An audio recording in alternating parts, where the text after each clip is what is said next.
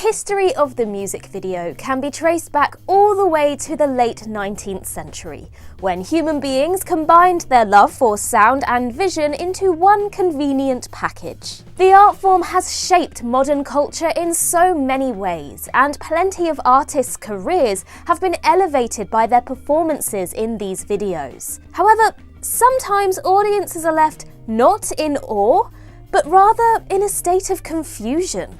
So with that in mind, I'm Ellie with What Culture, here with 10 surprising music videos you never expected from the song. Number 10, Fighter by Christina Aguilera. In a time where pop was all about sexy women in skimpy outfits, singing about how sexy they were and how skimpy their outfits were, Christina Aguilera ruled the roost. The former Mickey Mouse Club kid had an amazing voice and put it to good work on songs like Genie in a Bottle, Lady Marmalade and Candyman. The videos for these tunes usually involved Aguilera dancing around to the tune in question, attempting to seduce everyone watching. And then there's Fighter. The single from her fourth album, Stripped, was released in March 2003, and there was a video to accompany it. Gone were the trappings of teen pop that had defined her previous work, and Christina had gone full emo. With the singer decked out in pale white makeup and black garments, the video for Fighter is dark both in content and colour palette. Aguilera is also surrounded by moths and strange ballerina girls walking around on crutches. It's not quite a horror movie, but you could see it becoming one. Stripped was supposed to be Aguilera taking control of her own musical destiny, and this video certainly supported that message. Number 9, I Want It That Way by Backstreet Boys. The late 1990s were a great time for fans of hunky young men with floppy hair and passable singing voices. The boy band revolution was in full swing, and leading the charge were the Backstreet Boys, the hunkiest and floppiest of them all. They established themselves as juggernauts with their 1999 single, I Want It That Way. The guys all get together to sing about how much they love their girl and how much they value their relationship. It's a love song, plain and simple. So, why is the music video set on a runway? Not a fashion runway, an airport runway. The video opens with the 5 lads standing on some tarmac at Los Angeles International Airport. Then they go inside and dance around for a bit, then they walk through some corridors, then they sing the song to some fans who are just there. Where's the girl in the song? Where's the romance? Where is any semblance of story whatsoever? Now, of course, you could say that all pop videos don't have a story, but you'd think that a song that is so clearly about love would have some sort of hint towards that in the video.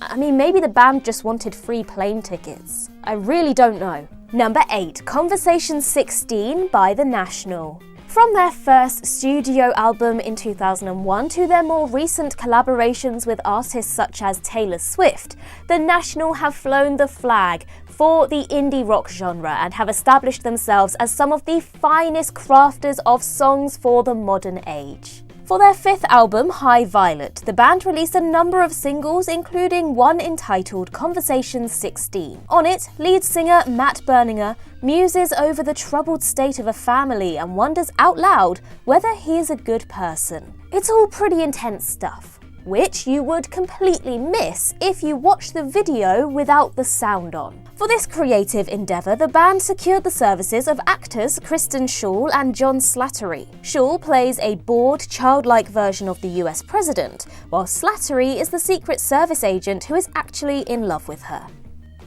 Okay, but what does that have to do with Berninger's self-doubt?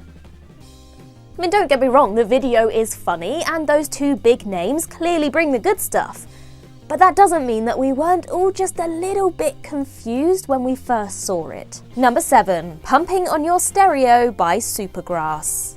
Originally from Oxford in merry old England, Supergrass were formed in 1993 and found huge success both at home and abroad. You'll know them for songs like All Right, Going Out and Mary, but anyone with a fear of puppets will remember them for weeks of sleepless nights thanks to this video. Pumping on Your Stereo was the lead single from the band's 1999 self-titled album.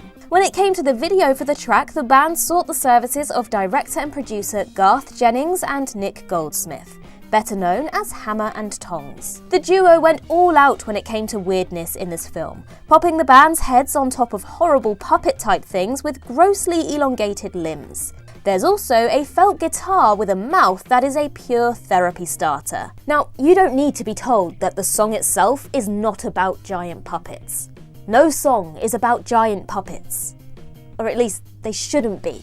Whilst pop music is full of weird and wacky music videos, few create a sense of unease like this one does. Those puppets will look at you, and they will find you.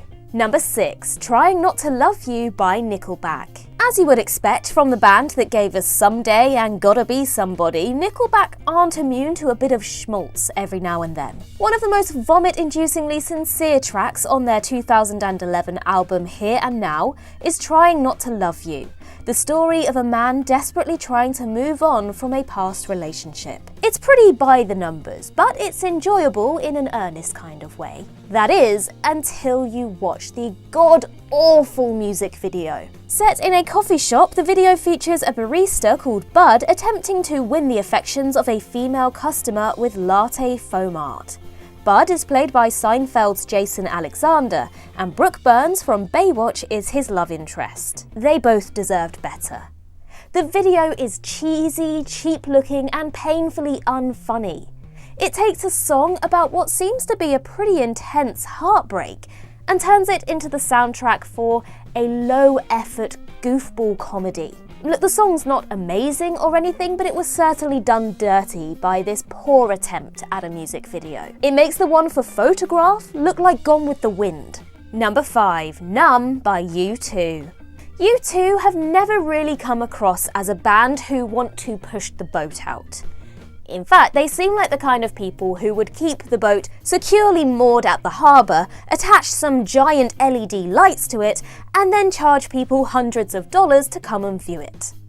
So, imagine everyone's surprise when they not only recorded an industrial synth record, but put it out as a single. NUMB from the album Zooropa sounds drastically different to most of the band's other output.